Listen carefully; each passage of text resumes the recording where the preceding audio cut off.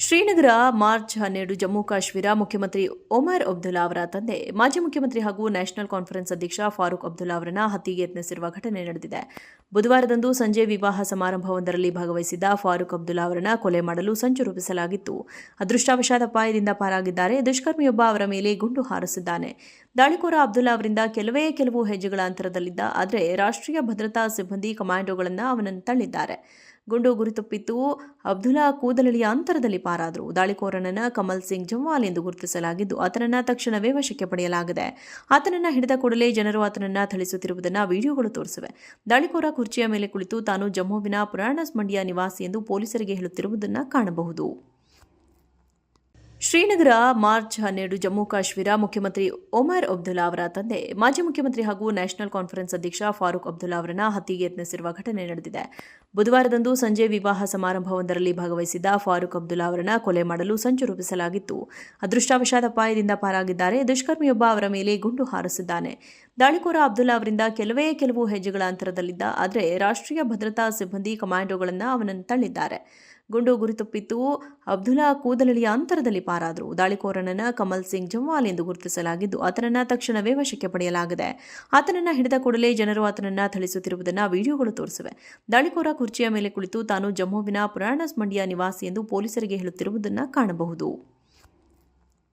Srinagar March 12 Jammu Kashmir ಮುಖ್ಯಮಂತ್ರಿ ಒಮರ್ ಅಬ್ದುಲ್ಲಾ ಅವರ ತಂದೆ ಮಾಜಿ ಮುಖ್ಯಮಂತ್ರಿ ಹಾಗೂ ನ್ಯಾಷನಲ್ ಕಾನ್ಫರೆನ್ಸ್ ಅಧ್ಯಕ್ಷ ಫಾರೂಕ್ ಅಬ್ದುಲ್ಲಾ ಅವರನ್ನ ಹತ್ಯೆಗೆ ಯತ್ನಿಸಿರುವ ಘಟನೆ ನಡೆದಿದೆ.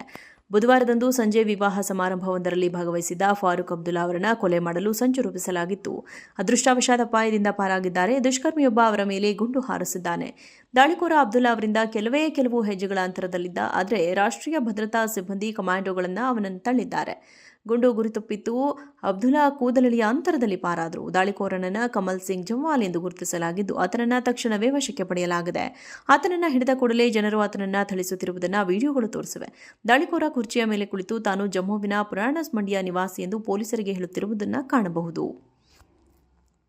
ಶ್ರೀನಗರ ಮಾರ್ಚ್ 12 ಜಮ್ಮು ಕಾಶ್ಮೀರ ಮುಖ್ಯಮಂತ್ರಿ ಒಮರ್ ಅಬ್ದುಲ್ಲಾ ಅವರ ತಂದೆ ಮಾಜಿ ಮುಖ್ಯಮಂತ್ರಿ ಹಾಗೂ ನ್ಯಾಷನಲ್ ಕಾನ್ಫರೆನ್ಸ್ ಅಧ್ಯಕ್ಷ ಫಾರೂಕ್ ಅಬ್ದುಲ್ಲಾ ಅವರನ್ನ ಹತ್ಯೆಗೆ ಯತ್ನಿಸಿರುವ ಘಟನೆ ನಡೆದಿದೆ.